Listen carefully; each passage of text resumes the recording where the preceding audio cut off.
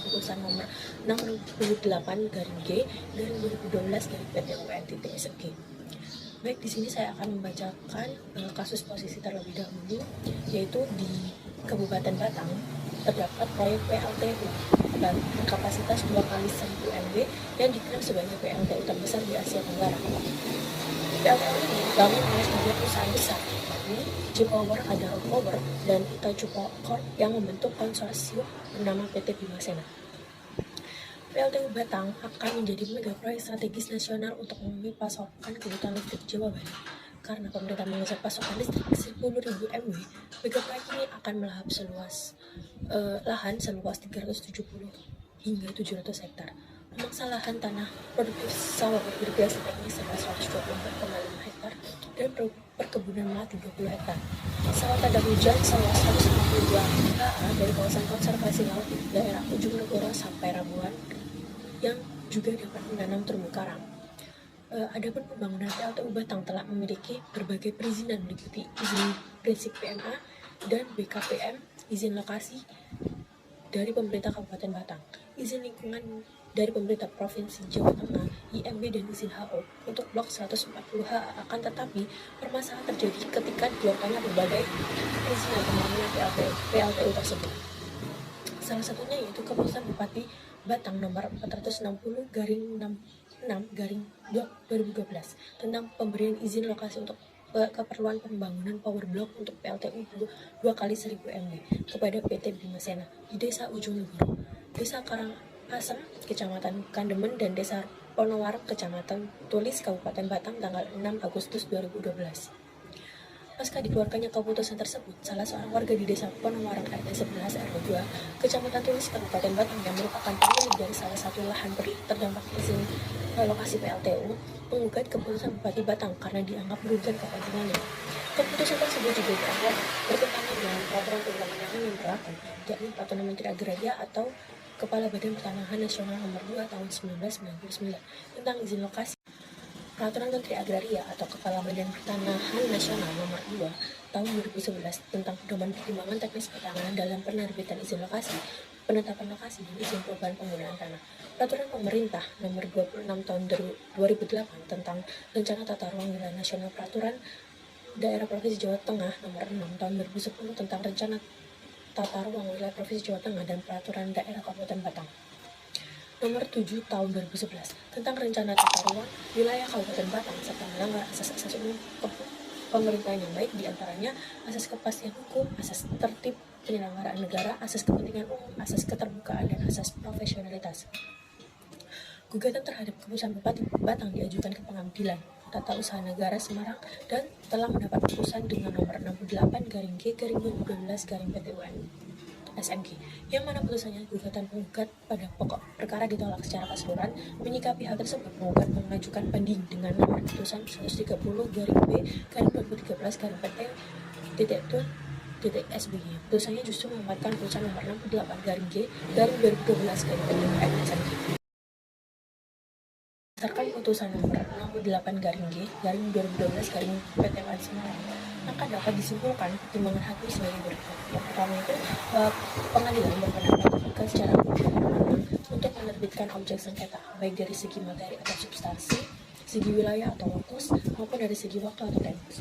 Jika pertimbangan ini diperbandingkan dengan pendapat para ahli tentang kewenangan dan sumber wewenang seperti halnya yang dikutip tabel serta peraturan perundang-undangan sebagai dasar pemberian wewenang bagi tergugat, di antaranya Peraturan Menteri Agraria atau Kepala Badan Pertanahan Nasional Nomor 2 Tahun 1999 dan 19.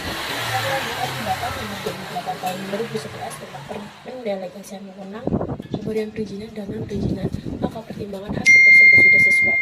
Hal ini karena pertimbangan hakim didasarkan pada alat bukti dan peraturan perundang-undangan berlaku. Pertimbangan hakim tersebut mengarah kepada batasan-batasan penggunaan wewenang.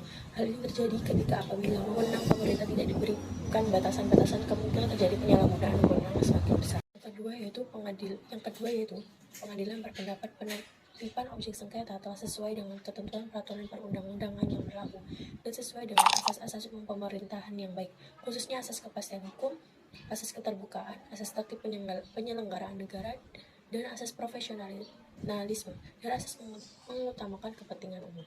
Jika pertimbangan ini dibandingkan dengan peraturan pengambilan keputusan penertiban izin lokasi, yakni peraturan Menteri Agraria Kepala Badan Pertanahan Nasional Nomor 2 tahun 1999 tentang izin lokasi mengenai tata cara pemberian izin lokasi, peraturan Menteri Agraria atau Kepala Badan Pertanahan Nasional Nomor 2 tahun 2011 tentang pedoman pertimbangan teknis pertanahan dalam penerbitan izin lokasi, penetapan lokasi dan izin perubahan penggunaan tanah dan alat bukti serta ditinjau dari teori asas-asas umum pemerintahan yang baik. Maka pertimbangan tersebut sudah sesuai karena hakim dalam memberikan pertimbangannya berdasarkan peraturan perundang-undangan alat bukti yang diajukan tergugat yang mana merupakan hasil dari pelaksanaan prosedur tersebut berkenaan asas-asas umum pemerintahan yang baik. Jasim Hamidi berpendapat terkait pengertian asas tersebut, yaitu merupakan nilai-nilai etik yang hidup dan berkembang dalam lingkungan hukum administrasi negara, berfungsi sebagai pegangan bagi pejabat administrasi negara dalam menjalankan fungsinya, merupakan alat uji bagi hakim administrasi dan pengajuan gugatan bagi pihak menggugat. Sebagian besar dari AAUPB masih merupakan asas-asas yang tidak tertulis, masih abstrak dan dapat digali dalam praktek kehidupan masyarakat.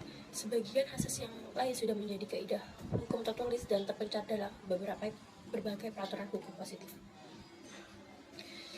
Putusan nomor 68/G/2012 PT-UN Semarang, di mana putusan tersebut belum memenuhi unsur kepastian hukum. Menurut Sudik Nomor Kusumo, kepastian hukum adalah jaminan bahwa hukum dijalankan. Itu artinya bahwa di dalam putusan nomor 68/2012 PT-UN Semarang, pelaksanaan penegakan hukum belum berjalan semestinya. Tidak dijalankannya hukum pada putusan tersebut berkaitan dengan tidak diadilnya salah satu perkara yang dihadapi kepada hakim. Padahal sesuai pasal 10 Undang-Undang Kekuasaan Kehakiman, pengadilan jelas dilarang mengadili perkara yang diajukan kepadanya. Perkara tidak diadili oleh hakim adalah perkara yang dimana penggugat mendalilkan bahwa objek sengketa dianggap bertentangan dengan Peraturan Pemerintah Nomor 2 Tahun 2008 tentang Rencana Tata Ruang Wilayah Nasional (JUW).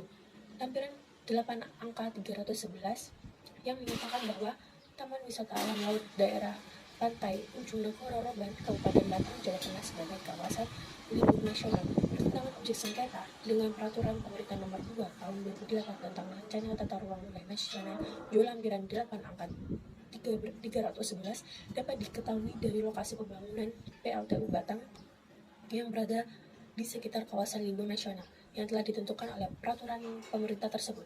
Menurut pasal 1 angka 9 Peraturan Pemerintah Nomor 26 Tahun 2008 menyebutkan kawasan lindung adalah wilayah yang ditetapkan oleh fungsi utama melindungi kelestarian lingkungan hidup yang mencakup sumber daya alam dan sumber daya buatan.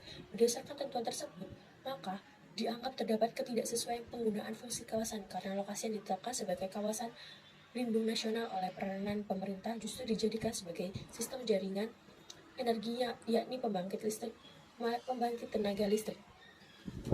Sebagai akibat tidak diadilinya perkara di atas oleh hakim, maka persoalan objek sengketa yang dianggap bertentangan dengan Peraturan Pemerintah Nomor 26 Tahun 2008 JUW Lampiran 8 angka 311 menjadi tidak jelas kepastiannya.